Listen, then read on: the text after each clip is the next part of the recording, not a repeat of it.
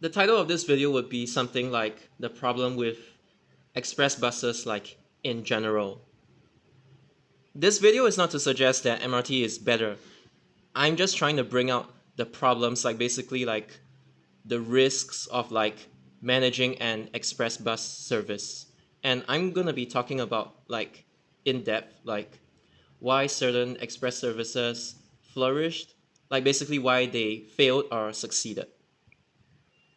These services, even though they weren't like truly marketed as express services, I mean, they were kind of marketed as express, but it's like they were not branded as express, but they charged higher fares as compared to like trunk services. So I will be talking about them as well because I mean, it kind of fits the theme of this video.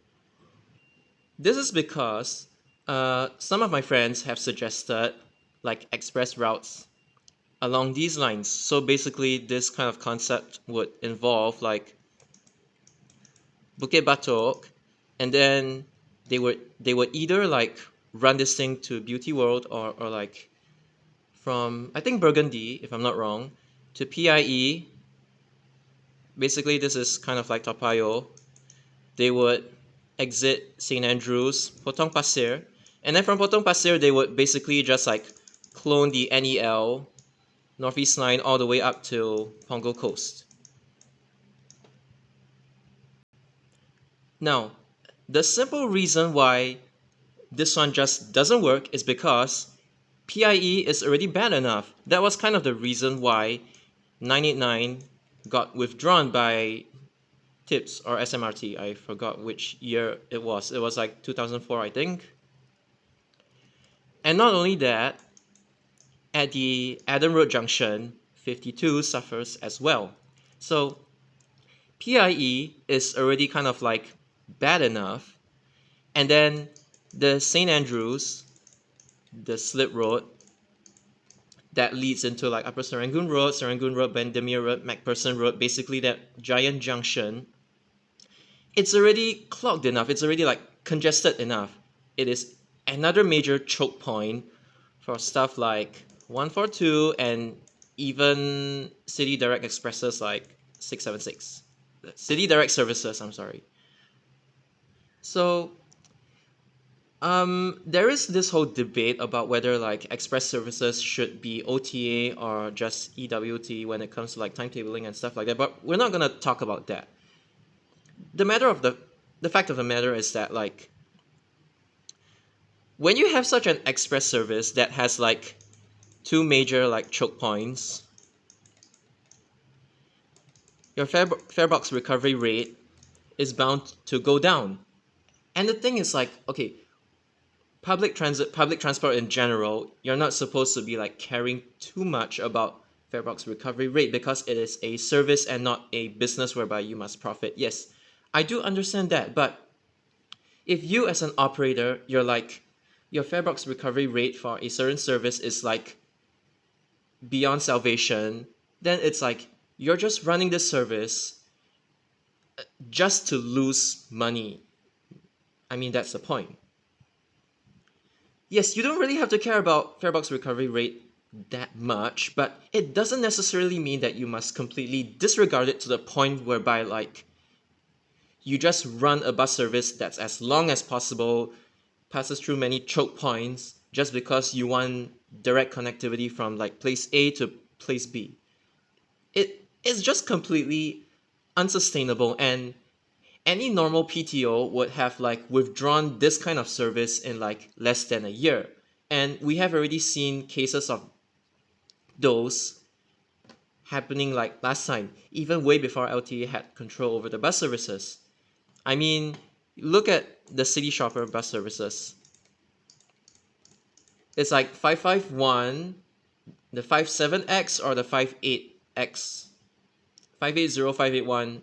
Those services, they were completely unsustainable. Yes, their main point is basically to cater towards like the heartland areas, like the neighborhood areas, and then bring them directly to Orchard. But because their fares are like sky high, nobody really wanted to take them, and they became unsustainable. Again, fare box recovery rate. There is really no point keeping some of these like city shopper buses alive. So TLDR, it just means you're running a so-called business in order to lose money. That's the kind of thing. And in this specific example or like context alone, again, this is not a real service. It's just something that people have discussed before. So along this kind of like straight line up northeast, there is like NEL, but I wouldn't really recommend you guys to like take the MRT because it's like stupidly crowded sometimes. There are other options as well, 107, 147, and then further up along the route, like let's say at Serangoon, there's like 82, there's 136, and if you go all the way up to Hougang, all of these bring you like near Hougang. So you even have 62 up. So because of the existence of these trunk services, you really don't need an express, like a dedicated express that takes you all the way up. Because when you have this kind of dedicated express, who are you exactly catering to? You are catering to people at Bukit Batok, you're catering to people at Toa Payoh, and it's just like, it's just two areas all the way up north. And I'm gonna be honest, like, there just isn't enough demand to be able to sustain like such a service, especially considering the fact that like, I mean, how many people from Bukit Batok even wants to like go up to Hougang, Buangkok, Sengkang, and Punggol, and then even from Toa Payoh, existing options like 153 already bring you as far up as Hougang, which is like, and then Toa Payoh to Sengkang, if you really wanted to, you could take 88, stuff like that. Like there are already many options available for them that they don't really need a dedicated express service, like, and you have to pay more for it. And if you pay less for an express service that uses like, that has like really long express sectors, like along Upper Serangoon Viaduct or stuff like that, or PIE, you're just bound to like lose money. And even if you like get a lot of passengers, there is like a really low chance that you're gonna be able to like recover all your money back based on the amount of input you like put into this service. I mean, generally speaking. Obviously, there are exceptions, but I'm just saying like generally. And if you're talking about something like Toa Payoh to Punggol, I would rather you just make a normal trunk service from Toa Payoh to Punggol. Because Bukit Batok to Toa Payoh, there is already 506. And then from there on, you can just transfer to this new concept service from like Toa Payoh to Punggol. You can send it via like Yio Chu Kang Road, Gerald Drive, Sengkang West, and then Seletar North Link, or something along those lines. You can experiment with it, and then thereafter you could send it to like Punggol Central or like Punggol North, like Punggol Coast area. Up to you, but really, I would rather you just make a trunk service to like bridge this gap rather than like, because when you make an express service, you're like more of catering towards like this area and not necessarily this area. And like, how many people from Bukit Batok, they want to go to Hougang, Sengkang, and Punggol, like as I explained earlier. So the whole concept of this one is like really flawed, especially if you're intending to skip a lot of stops along here. People would complain why the bus is skipping stops and not serving their stop. I mean, that's kind of like one risk of the express services. And the thing is that if you're only stopping at the major stop points, like let's say Potong Pasir, Woodley, Serangoon, Hougang, Sengkang, Punggol. Okay, maybe you make the bus service a bit more local at Sengkang and Punggol. Even then, it's not really worth it because, like I said, SBS Transit is just gonna use NEL as an excuse to not run this kind of bus service. Yes, you are catering a bit more towards Sengkang and Punggol, but the thing is like Sengkang and Punggol, you already have 82 that like literally cut straight up. You already have like 62 and 136 that is like serving Sengkang East Drive, I think. Is it Drive? Sengkang East Drive. That road that's like near to Sungai Serangoon, that river, that park connector. That road basically, and Punggol East. You already have like this one along Punggol Road and then this one near the river. And because of stuff like this, I would rather like, as I've said before, use trunk services to like cover this area as opposed to like having an express service that is just not gonna be sustainable. Now we'll be looking at case studies of why like certain express services they succeeded or failed. So I don't really have to elaborate like much on these, except the fact that SBS Transit was like, oh my gosh, my Northeast line is like not making enough money, and therefore the only way out is to like eliminate these services. So yeah, in my personal opinion, these two should have stayed. These two aren't really needed, but yeah. I mean, you could kind of substitute it for like CDS services, but the reason why I picked these was because this one served Dhoby Ghat, and then this one served Orchard area. It was it looped exactly the same way as 518, and then except the fact that like after bus stop 6, it goes to Buyong Road and CTE back to like Hougang. So this one is more of like a CDS type of route. So I wouldn't really advocate for 511 to exist because CDS already does the job. This one is literally a service from Hougang to the CBD, and that's it. It doesn't touch Orchard or anything. It's just, CBD. That's all. 501 also has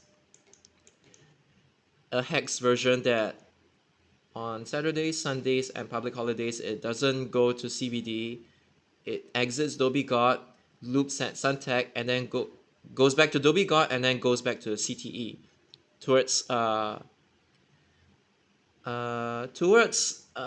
Mo Kio Avenue 1, Yio Chu Kang Road, Hougang Avenue 8, I believe, and Sengkang.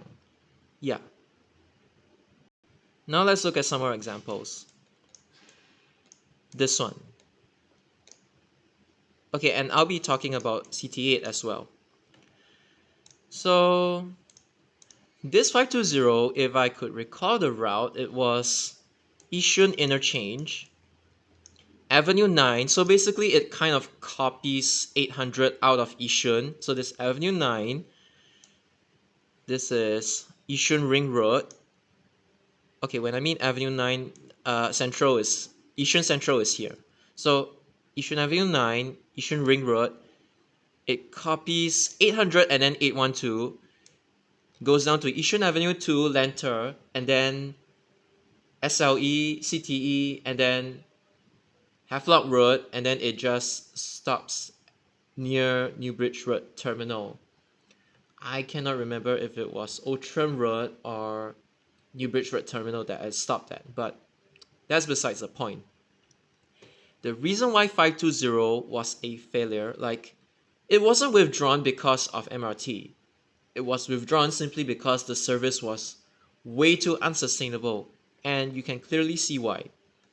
520, all it does is just serve Yishun and Khatib. Just one big neighborhood of like Yishun, and that's all. And it was also because 851 already existed. And if they could take 851 down, which was like fast enough for them, they wouldn't really want to pay express fares just to travel from Yishun to Chinatown. So 520 was a failure. And CT8, if you remember, it was like Ang Mo Kio Avenue 9. So it was like 9, 4, 3, 10, 1, and CTE. And then it exited via Havelock Road, New Bridge Road, and then yeah, New Bridge Road bus terminal. So CT8, the reason why it is the only Chinatown direct that was successful was because if you noticed from here to here, it pretty much parallels like 652, the current CDS 652. Basically, wherever like CT8 used to go, 652 already touches it. Now, I know. 652 goes to CBD, whereas CT8 goes to Chinatown. Yes, I know the difference. But what I want to say is both of these services, they pass by, you can say like the corridor of like Avenue. Okay, this is like Mayflower. There's like 4, 3, and 10. This is the corridor whereby you get like the maximum demand, as I would say. Because it's like Ang Mo Kio Avenue 1 and 5, basically 1 is here, 5 is around here. 1 and 5 are kind of like the edge areas, like the boundaries, not really boundaries, but it's kind of like at a more secluded, like comparatively more secluded part of like Ang Mo Kio as compared to 3. Because it's like when you run a bus service through Ang Mo Kio Avenue 3, you're gonna get like lots of demand because most people stay along Avenue 3 and 4 as well. I would say 4 has more people than 6 in general. Like when you're talking about Mayflower compared to like near the polyclinic or mosque area, Ang Mo Kio Avenue 4 is just, it just has more people because okay, it's like more residential basically. I don't really have to elaborate on that. And 10, I do know that the upper part of 10 also has people, but it is more worth it to send buses via 3 and 10 as opposed to 5 and 10. And 5 and 10 is already covered by like 45, if anything. So you can just transfer to 45 to access like Avenue 5, stuff like that, or the upper part of like Avenue 10. But basically, the bulk of the demand is from 4, 3, and 10. So as long as your so-called express bus service touches these areas, like you're good to go. But unfortunately, because of the standardization of fares and stuff like that, they didn't want to run CTA anymore. So okay, that's kind of rubbish. But at the very least, even though these two don't exist anymore, they compensated. It was Kobun One who came up with this whole idea. So you guys better thank him. So yes, I do know this service is controversial. There has been a lot of discussion whether 851E is like truly express, it should be charging express fares or stuff. But the thing is that at the very least, this option exists. So you might ask like, why does 851E survive over 520? The answer is pretty simple. This one caters to only Yishun. And then, okay, I'm gonna bracket it and put Khatib. This one caters to both Yishun and Ang Mo Kio. Yes, it is kind of a pity that it doesn't serve like Ang Mo Kio Avenue 3 or 10, but at the very least, it cuts through Avenue 6, then express via Avenue 1 and then CTE. This one only serves one neighborhood. This one serves like two big neighborhoods. And that's kind of the reason why it can survive. Oh wait, no, I made a mistake. No. This one doesn't go Chinatown. This one goes Little India as well. Okay, but like, I know I made that mistake, but it's like, you can kind of see the point.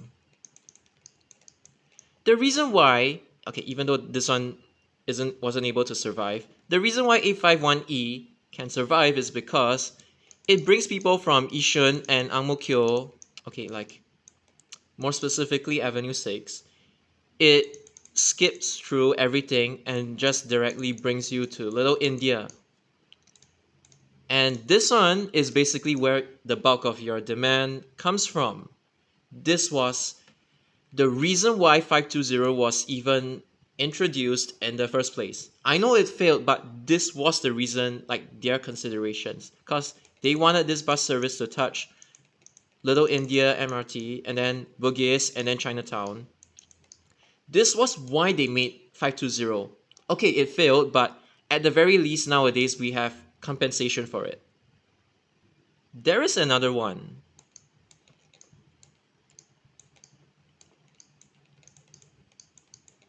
Okay, to be honest, this one was tips to be exact. This one was from Bukit Panjang to Harbourfront. Does it sound familiar to you? Well, this one wasn't doing well, so they had to change it to a local bus service instead of an express bus service. I mean, local as in trunk. They had to convert it to trunk in order to get more people to ride it. And when they converted it to trunk, they also extended this one to Woodlands. Sounds familiar? Gonna review the answer now. Ready?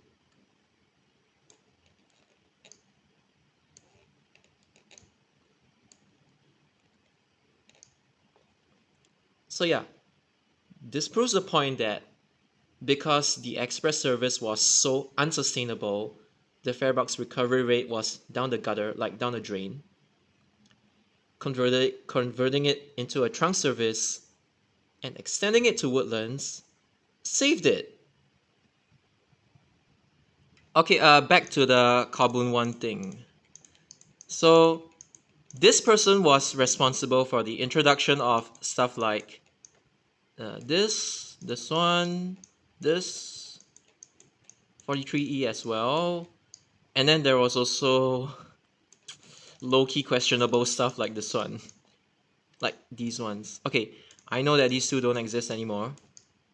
This one is kind of compensated like in the form of 656. I mean not compensated, but it's like at least there is 656 nowadays. But the truth is, these services, Kowloon One introduced them the at like at a point in time whereby the MRT was kind of failing and they wanted people to still be able to reach their destinations.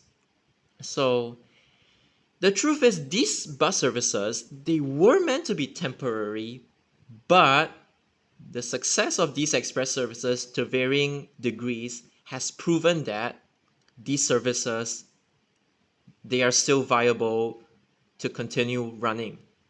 And because of that, they are no longer temporary, thankfully. But the idea all came from this man named Kowloon One. I am not joking. Based on my intel, this was really the case. I mean, the good thing is that he even thought of that, because at that point of time, the Thales signaling was kind of unstable, and then the trains kept getting delayed. So they introduced bus alternatives, which became popular and proved to be sustainable. So they're gonna continue running it. They're not gonna like withdraw it. Yes, they might like cut their hours and stuff. I do know that like A51E they're gonna restrict their hours even more. But at the very least, they're restricting their hours and they're not like completely killing off the service at the very least. So I don't think we should complain about that. Just gonna emphasize it again. Now, permanent. And I will explain why they are permanent. In the case of 12E, okay, 12E, Chinatown, Bugis, and then Ophir and Rocher, they added new stops because the people there, they wanted 12E to call there. So they listened to the people, and then now Ophir and Rocher now has 12E. So that's a good thing. The heritage districts or the shopping districts express all the way to Bedok South Avenue 1.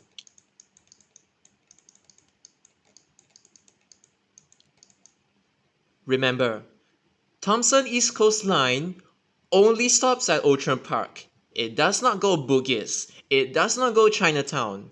And that's the reason why 12E is so damn popular.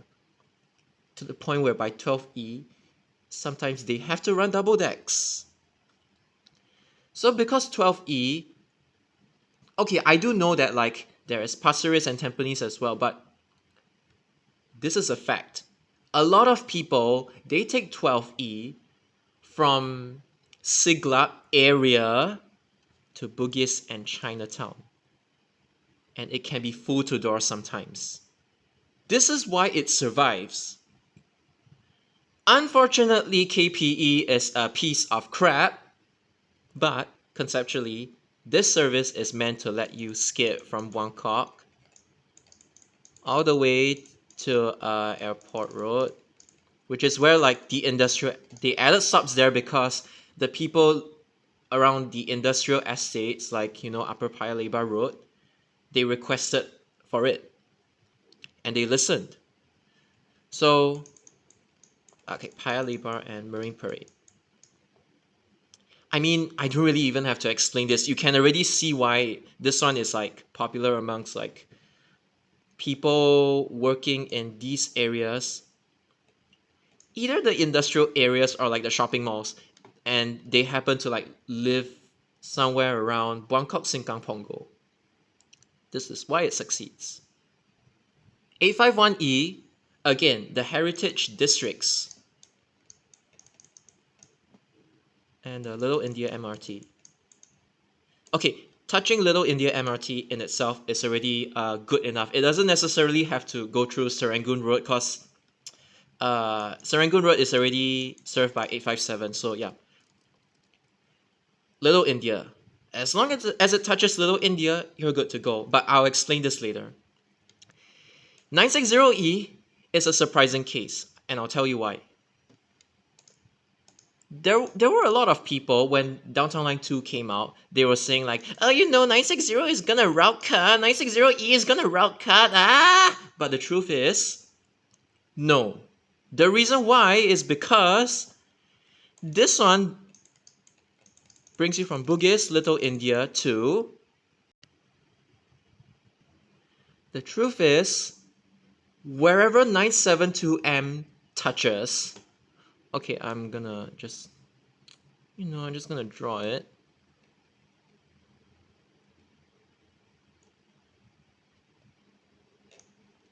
So, if I were to draw like an arbitrary line, I would say it's somewhere along here, I guess. Okay, maybe here. Yeah, you kind of get the idea.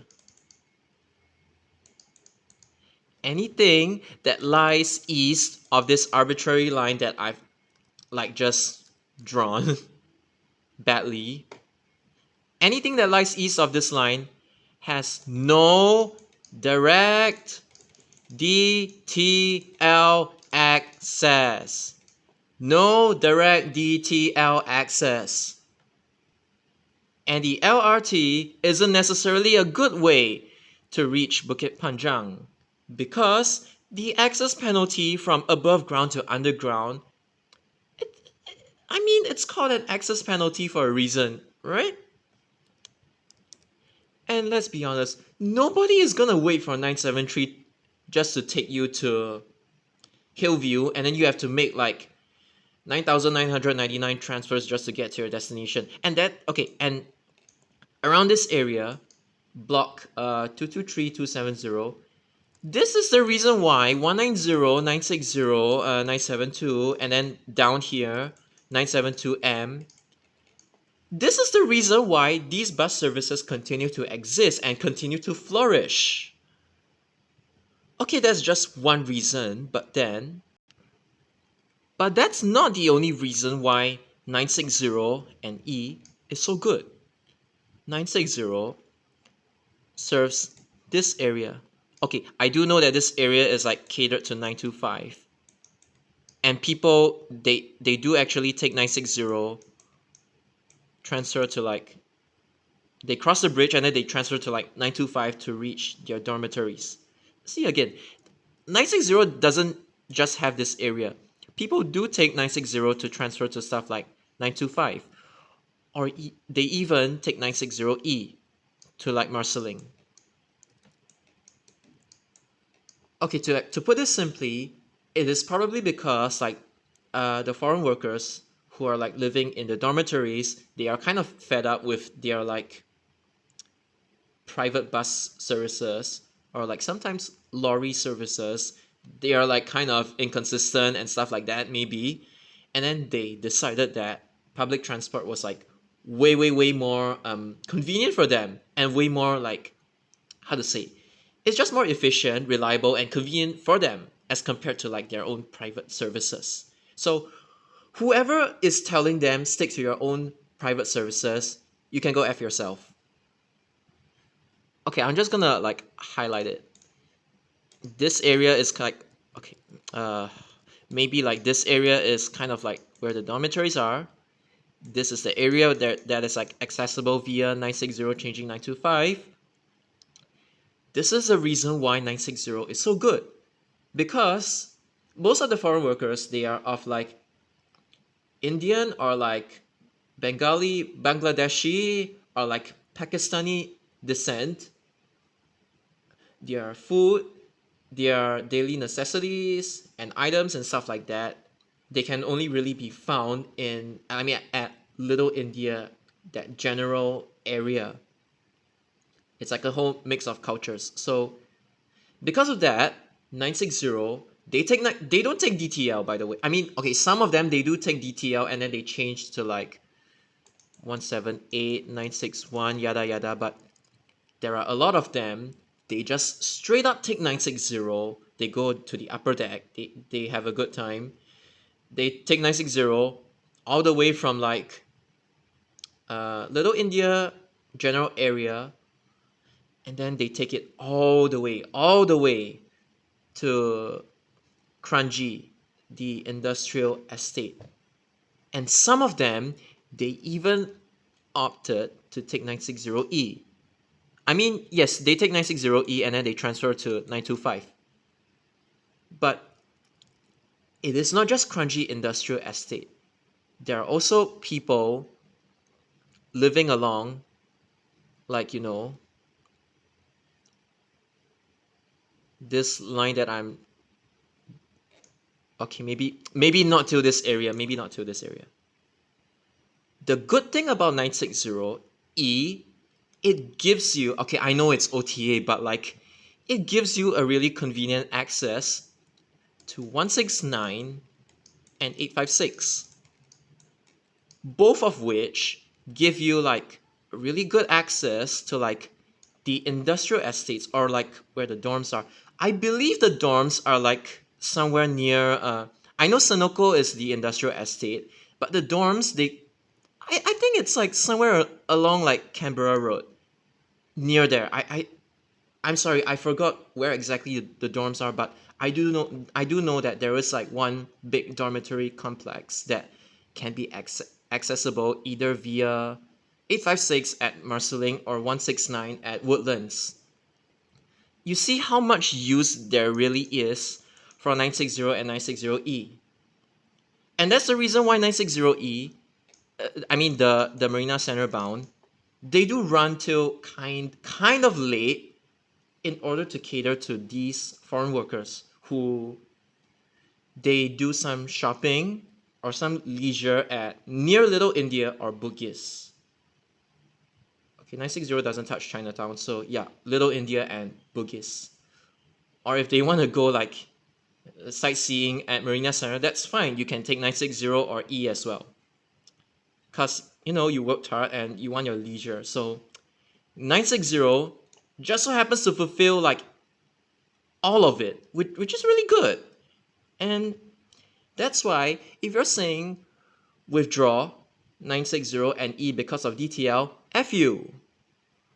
I do know that historically, like in the 1970s and 1980s, there weren't really like express bus services, but there were like semi-express bus services that skipped like, okay, that was before MRT, that skipped like a whole chunk of like routes. So even historically, even way back then, the concept of like semi-express and express was already there. I mean, whether it succeeded or not, it's like to varying degrees basically. But this video isn't really talking that much about that, although I just want to tell you guys that because I've read up a lot about buses in the past, not really a lot, but like the routes that I mean the bus routes that were in the past, I do know some of it. I did not live through that era, but I do know of what kind of routes there were like in the past. Like there was like 82 and 83 from Punggol Road End, Punggol Jetty all the way down to 83 was to New Bridge and 82 was to Shenton Way, stuff like that. They parallel each other. So I just want to prove to you that yes, I have done my due research before I'm even saying all this stuff. Haha.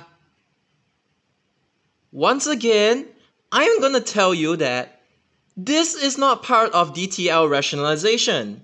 No. I have proved it with internal evidence before. You can go watch my previous videos. But basically, the introduction of Service 46 was the last straw. Yeah, even before DTL even opened, there was already a decline in this service. I mean, some services, they just declined over the years. It is kind of like how people chose to take 49 over 334 because right now the access penalty from the temporary Jurong East interchange to the MRT is like quite large, and they would rather take 46 to Lakeside to access EWL. Yes, so due to various different reasons, services, not just trunks, even expresses, they can lose their popularity over time. And 506 was like, it kind of like got outcasted by 985 in a way. And 46, I mean, as I've told you before, this was another reason why 506 demand dropped over time. Even way before the OTA kicked in, people didn't want to pay express fare. They prefer 985. That's it. It was kind of on SBS Transit as to why they even made this one express in the first place. So yeah. So the reason why it failed, express fare deterrence. Obviously OTA just made it worse, but the whole reason why 506 failed, I mean I've talked about the only way you can revive this is if you extend it to Tengah and then you extend the other end to Tampines North. So it's like PIE Jalan Eunos, Bedok Reservoir Road, Bedok North Road extension, you touch Temasek Poly because that's where all your demand is like coming from. You touch our Tampines hub and then you go up to Tampines North. That's one way to save it. But if you want to know, this video is about the reason why 506 failed. This is the reason. Not MRT, this is the reason. I don't want to hear any more fake news about this thing. 506, the demand dropped because of the Downtown Line 3 opened in like 2017. And what kind of evidence can you use to actually prove that 506 was not part of DTR rationalization? I only go by publicly available information, so you should shut up. Now let's talk about something that you all are familiar with. Yes, I know 502 over the years it changed its it changed its non-stop sector route. It used to go via at Totak Avenue, PIE, Whitley Stevens, Anderson, Orange Grove, Orchard. But now it just follows service. Okay, Clementi Avenue 2 then follows service 7. Goes up the Holland Road bridge that bridges over Queensway and Farrer Road. But I'm going to be talking about why this one is so successful. Okay, just so you know that 502, historically, it used to loop at Suntec, go back to Dhoby Ghaut Somerset Orchard, and then Scotts Road, Stevens Road, PIE. Yeah, but that route is like long gone already. And before that, it used to go to Hougang and Sengkang before NEL destroyed it. So take a look at this map. You would notice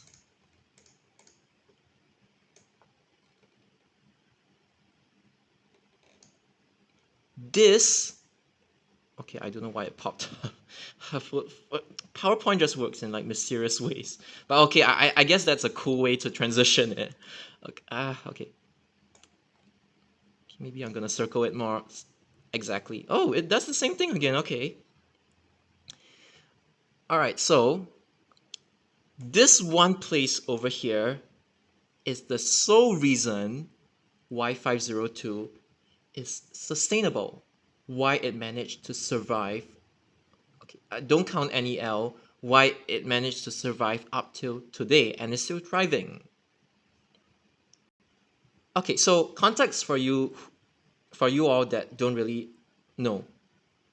So Lucky Plaza, okay, arguably compared to stuff like Peninsula Plaza at City Hall, this is a place whereby you can find Filipino food, Filipino, you know, like snacks, goods and services, like, let's say fashion, massage, haircut, and then there's also like goods and items. You can find luggages, stuff like that.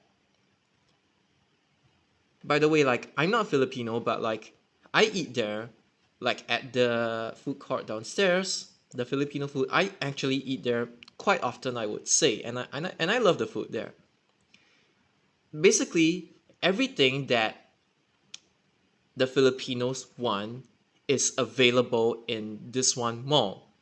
So it is not surprising to see a lot of Filipino commuters on the weekends taking 502 and 518 to go to this general area. Yes, don't get me wrong. I do understand that the reason why 502, 518, 501, okay, 501 is only from here onwards. Okay, hex, more like it. 51, okay. 502, 518, and 512 from Hougang. I do understand the reason why they even existed or still exist. SBS Transit wanted to cater to like this entire shopping district. I do understand that. It is just that nowadays, the reason why this service is like so good and is able to be sustainable in the first place, it's literally due to this one place. And I'm not joking. You can take the bus service in real life and observe yourself. And like I've mentioned before, besides Lucky Plaza, obviously, this entire shopping district and 518, this one as well. Also, by the way, in case you didn't know, there is actually a hidden mosque inside of here. I don't know how many of you actually know that. But the main point is, when you design a bus service, you need to know which places you should touch and which places you should choose to skip for like the various different bus routes. You need to know who exactly are your target audience. Is it like dormitory workers? Is it people going for shopping or leisure or like just general commuting, like feeder bus services or stuff like? You need to know your target audience, and the target audience in this case is the people who shop at Lucky Plaza. It does You don't have to be Filipino. Like whoever shops at Lucky Plaza, whoever shops along like this general area district, whatever. This is your target audience. And when you manage to satisfy your target audience, your bus service gets money, to put it simply. Because in this example, your target audience is like all over the place. There isn't really like this one particular place or anything. It's simply just, oh, I want an express bus service from the west of Singapore to the northeast of Singapore. I don't care who my target audience is. I just want to bridge the gap. That is not how express services work. Like I've said before, like you want to design an you want to design an express service. God damn it, why can't I talk? You need to know who your target audience is. And you need to design with like actual purpose. Don't just fill in the gap just for the sake of like filling in the gap. You want to fill in the gap, you use a trunk or a feeder. Your express service has to have a really clear purpose. Otherwise, it's just gonna lose money.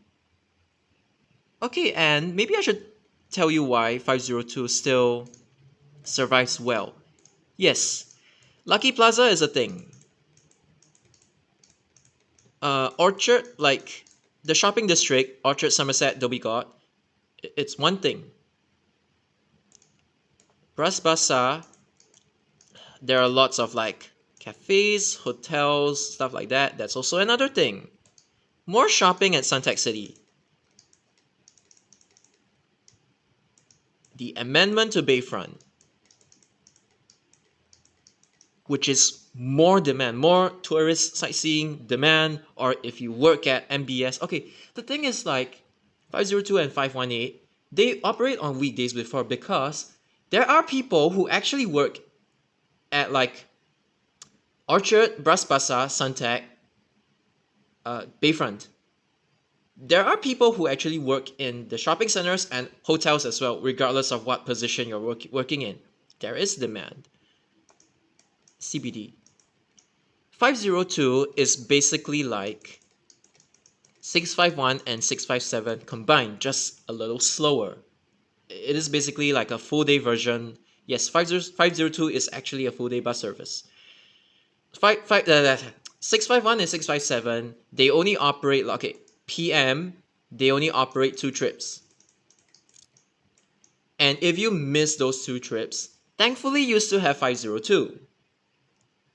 So, because of this, like how 502 functions as a daily CDS, if you would say, this is the reason why 502 is sustainable. I've given you 6 reasons. Actually, there might also be another reason. This one serves Jurong West Avenue 5, Street 75, Central 1. There used to be no bus stop, but now there is. Okay, 75 and 64 to be exact. Boon Lay Avenue. Yes, some people actually pay express fare to travel to River Valley High School. There are people who do that because it's convenient for them, especially when you're running late for school. How many of you have had that experience before? And 502, I know the frequency is trash, but it is because this is a direct route. No other bus service actually applies like this. I know there's 99, but 99 doesn't go inside Street 75 or 64. But yeah, this is the reason why 502 is so good. So, okay, 7 reasons. And these are like 7 legit. Okay, another reason maybe IMM. Other than service 333, 502 is the only one that bridges IMM to like Jurong West, to be specific, Avenue 1. Every single one of these areas, including Pioneer Road North, they give you direct access to IMM for shopping. Or if you work at IMM, you also take 502. So, 8 or 9 reasons. This is why 502, when you design with purpose, your 502, it can be sustainable. Even with express fares. Okay, because I've heard some people saying that like if you convert it to trunk, it'll be better. If you let it stay express, it'll be better. There are like differing opinions, but like again, this is why 502 survives. I've also heard a lot of fake news regarding the service, saying that like, okay, suggesting that like it should be sent to Pongo. I mean, from Pongo to the city, you might as well just reintroduce a city shopper bus service that charges normal express fares instead of like making them pay like, I don't know, $4 or $5 just to take the premium bus service. Basically, you shouldn't make these bus services like too expensive. But yeah, I don't see any reason why 518 should go Pongo. I'm gonna explain why 518, contrary to popular belief, survives. So, 518 also has a unique catchment. Momin is one, but I'm not gonna count Momin because that area is way too small. Okay, I'm just gonna say Newton Road. Sunday church service is one thing. And then there's like Scotts Road. Like, you know, Far East Plaza and stuff like that. I talked about this also. Orchard Road, including Lucky Plaza. The same thing as 502. Bras Basah as well as Suntec. And then Bayfront. The amendment to Bayfront really helped. Okay, because some tourists are like clueless, they didn't know that you can take 106 from Orchard to Bayfront. They actually ended up sitting on 518, which is like kind of a win, but like when you touch Bayfront, you actually get a lot of demand.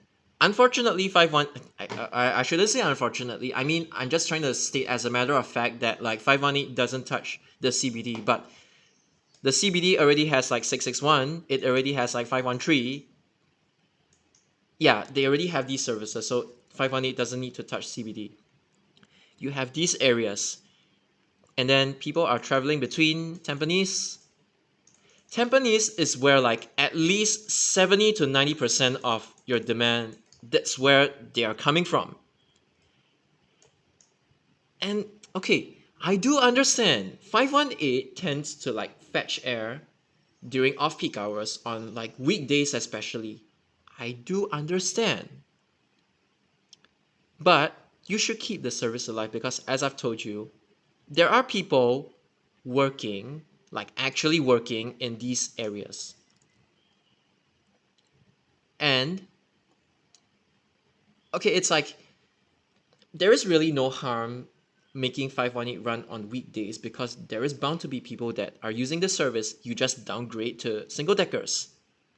And my observations are that even the double decker buses on 518, they tend to be their upper decks, they tend to be at least like 90 to 95% full during the peak period. Usually it's like around 60 to 80% filled.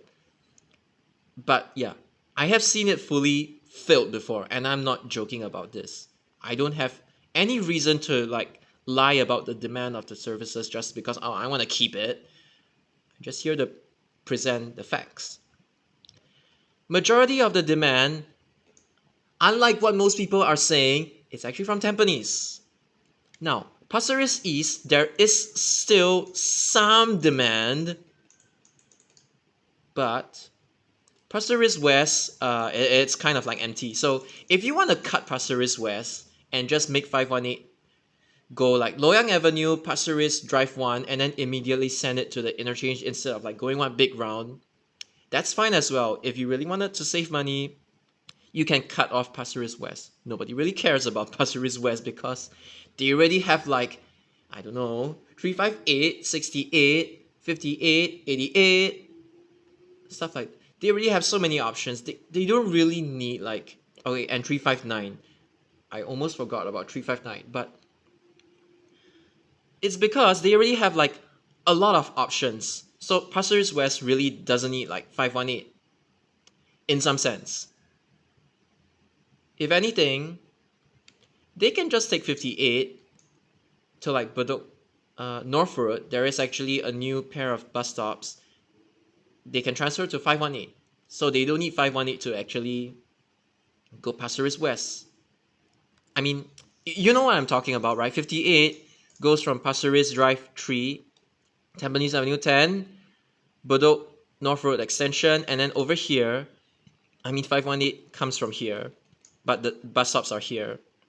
So you transfer to them. I mean, you transfer to 518 at this bus stop pair. So just a fun fact, 518 was actually the result of like 503 and 505. I mean, these were like the previous renditions of 518 and it basically became the 518 we know today. Just a bit of history. I don't exactly remember the bus routes of like 503 and 505. I know it's like Harbourfront to Pasir Ris, VSCT and PIE in both directions. But yeah, they were like kind of different from like present day 518, even though they were the one these bus services, they were the reason why 518 even existed today. So you might want to thank whoever designed these bus services during the SBS era. And low key, one more reason,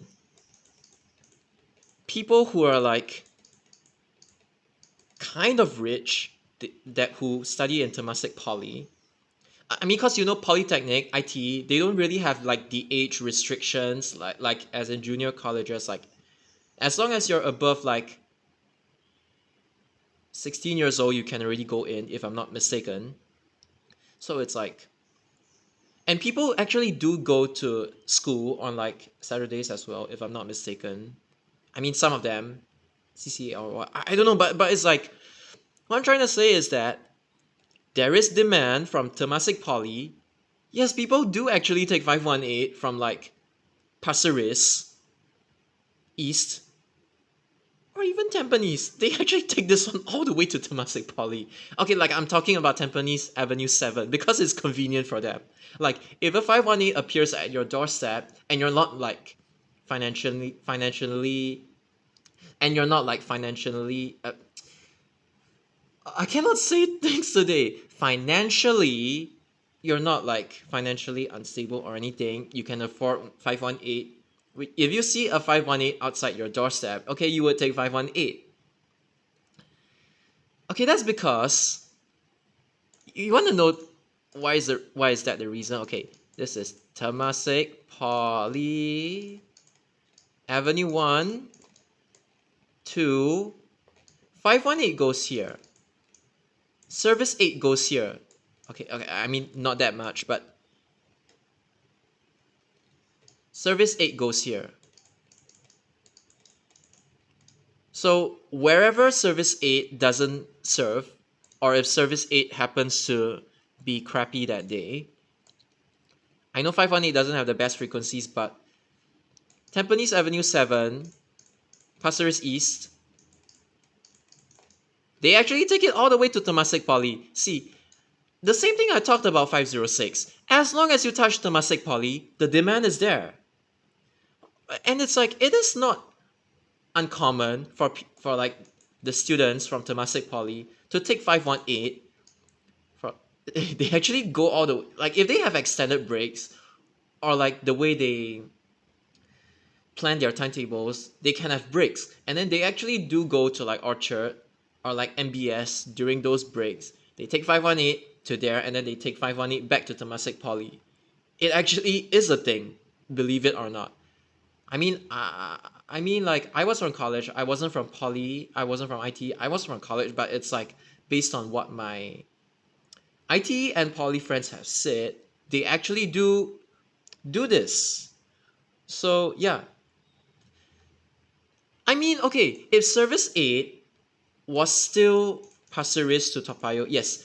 When Service 8 was like introduced, I forgot if it's like upon introduction or what, but Service 8 actually used to go via Pasir Ris. So it was like Loyang Avenue, Pasir Ris Drive 1, 4, and 3. Yes, 1, 4, and 3, not 6. If Service 8 still existed to Pasir Ris and not to Tampines, then it would actually have made 518 just a little bit more obsolete. But because Service 8 got amended to Tampines, 518 now does the job to ferry people to Temasek Poly, believe it or not. I know, okay. I know, there is Service 15. But 15 goes to Street 52 and 53, that general area. 518 goes to Pasir Ris East. Pasir Ris East needs a connection to Temasek Poly, and yeah, 518 is there to bridge the gap. I mean, if you don't take 518, you have to take something like 39. You transfer to like service 8, like service 39 to service 8, stuff like that. If you want a direct ride and you can afford it, you just take 518. So yeah, that's the reason why 518 is yeah, it kind of survives till today because of Temasek Poly. Honorable mention, but this one unfortunately is not going to last very long. Cause yeah. Bye bye. Bye bye. I'm not very familiar with like City Shopper, but I have seen 578, 579, and 581 in real life before. They used Mark IV Striders, DM3500, but I mostly see Striders on them. They wanted the newer buses at that time. And they didn't really want to waste the KUBs. Because, I mean, non-wheelchair accessible buses, they had more seats. That's why they put the Striders on 578, 579, 581. So yeah, the City Shopper services are like, again, I don't exactly remember like every single one of them, but And this one is like Teban Gardens. This is Tampines. This is also Tampines. Okay, and this one and Simei, of course. This one does serve like Tampines West. This one exclusively serves Tampines East. It's like I know the Simei bound is like towards the city. It uses Simei Street 1. Towards the neighborhoods, they actually okay ECP Silin Avenue, Simei Avenue, Simei Street 3, Simei Road. I'm just trying to recall. Tampines Avenue 2, Tampines Street 32, 34, 45, Avenue 9, Street 45, Avenue 9, Street 41. Yeah. And then 576 was like, uh, oh dear. PIE, TPE, PIE, TPE, Avenue 7, 4, 3, 8, 1. Something along those lines, basically. Like, 576 is like it. The return, the forward and return bounds, it served like the exact same bus stops. 579, it was like bi-directional. I mean, it's a loop service, but it called both sides of the same road. Whereas 576, the bus stops, it's like on the same side. So I think there would probably be like a desto or something that states that like, oh, this is towards the city. This is like gonna end its trip at Tampines. Okay, this one is 575 and 576 were similar in the sense that like 575 was also like it served the same bus stop, so they probably had a desto. This one was like Bedok South and Bedok North. If I'm not mistaken, it was like South Avenue 1, South Road, South Avenue 3, and then it was like it went on to like Bedok North Road and terminated there. And then the city bound is obviously Bedok North Road going to PIE and yeah, stuff like that. This one was okay.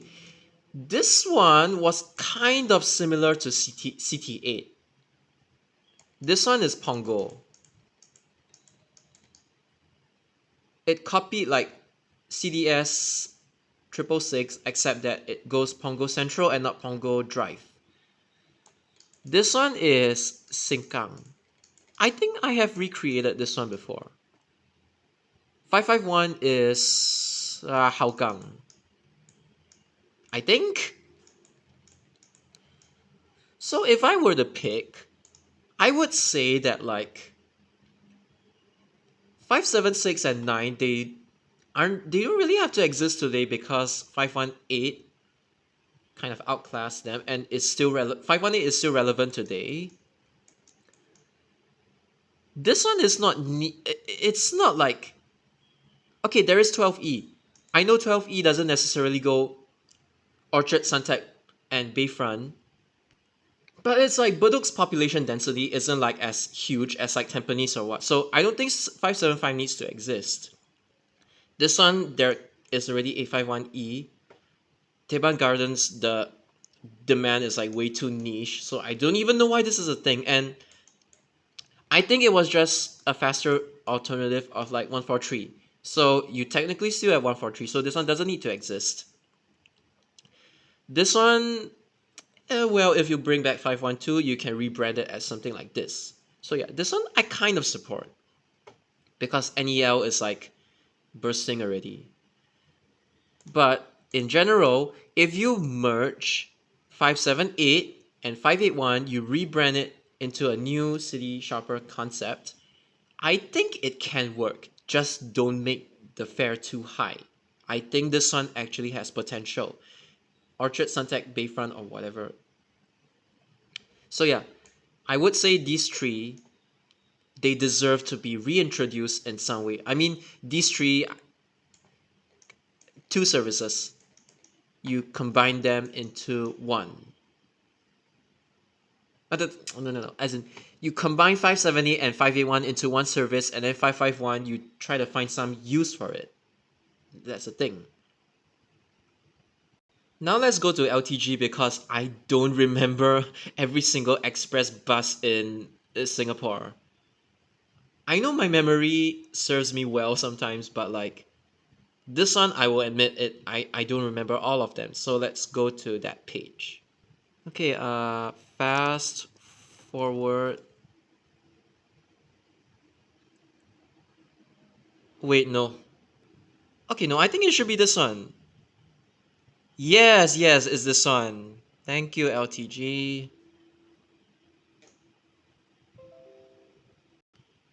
Okay, 513 functions like a CDS, and I have heard rumors about it that they want to renumber 513 into the 6 something series.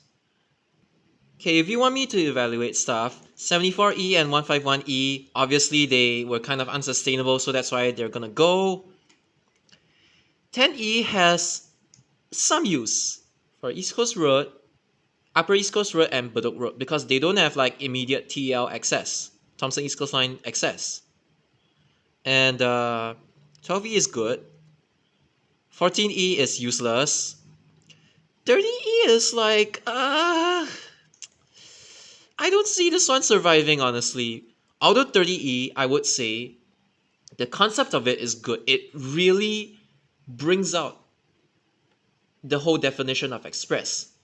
Faster alternative. It skips enough stops to be able to be considered a like good express. 43E I've already mentioned. 89E is very very good because the people working in Changi Airport Cargo Complex, they need to reach their workplaces on time. And even with CRL Cross Island Line, this one is still gonna be useful. Simply for one reason. This place does not have Cross Island Line. So 89 and E being there is useful. Again, if you're traveling from Sengkang to Pasir Ris, let's be real, no one is gonna take MRT. They got 89 or 89E at their doorstep. They would take 89 or 89E. So those of you who like MRT and hate bus, you guys are nuts. And then 97E, this one's gonna die. 174E is like,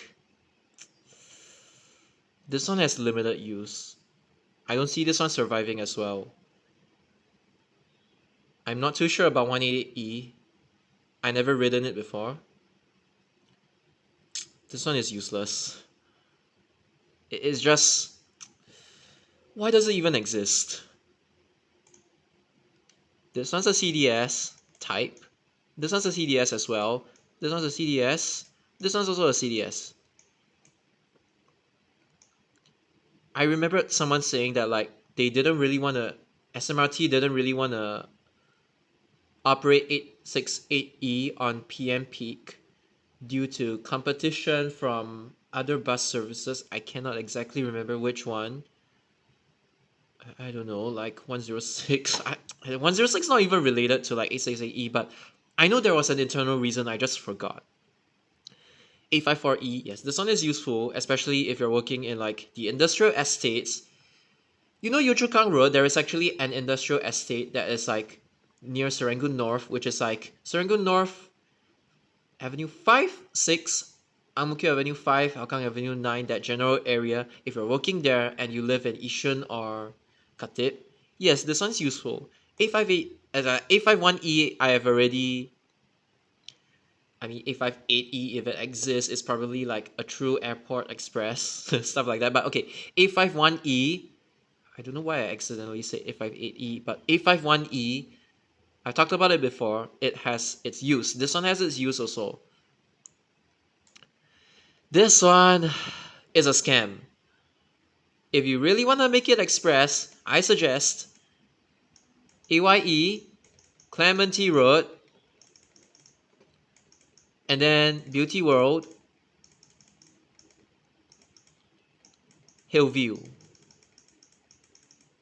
If you want to make a true express, you could reroute it in this fashion. Because the current 963E, I'm sorry to say, it is a scam in terms of like you pay express fare but you're getting a bus service that's like slow as shit. Can somebody explain why 963E is already OTA? It's still is OTA. Like it shares like the exact same route as its parent service. There is literally no reason to OTA it. Whoever made this service OTA, you're out of your mind. My friends have also suggested something like 82E, but this E would be like the Japanese equivalent of. I need to write properly. Sorry about that. Tokyo, which is like they want a concept service that's like from Pongo Coast to like Pongo Sengkang Bangkok, I don't know, but Hougang, Kovan, and then Upper Serangoon Viaduct, and then all the way down to the city. This one I actually support because there is actually a use case for this one, CBD. Nobody is gonna like take it from Bukit Batok all the way up till like Pongo. Like there is just no demand. That's why I've been telling them 82E is actually good because it caters to CBD and even outside of like peak hours. If you touch the correct areas, like let's say Lavender, Bugis, I don't know, they even mentioned Chinatown. You touch the correct areas, it will get demand, and you shouldn't really charge too expensive when for such a route. Because the thing about like that Bukit Batok express service that I've mentioned just now, unless you can unless you can guarantee that the amount of demand would be something similar to 161 or 168, that kind of service. I would even say this or this. Unless you can replicate them, don't make express services for the sake of making them. Especially when the trunks can do a better job than the express services. That's my whole point. Again, we're just discussing, like, no hate or anything, we're just discussing only. Conclusion. Are express bus services better than MRT? Yes. Okay, in some cases, maybe no, but like, as I've said before, as long as your target audience is there, you know what you're doing, you're like making routes with purpose, and obviously it's gonna be successful.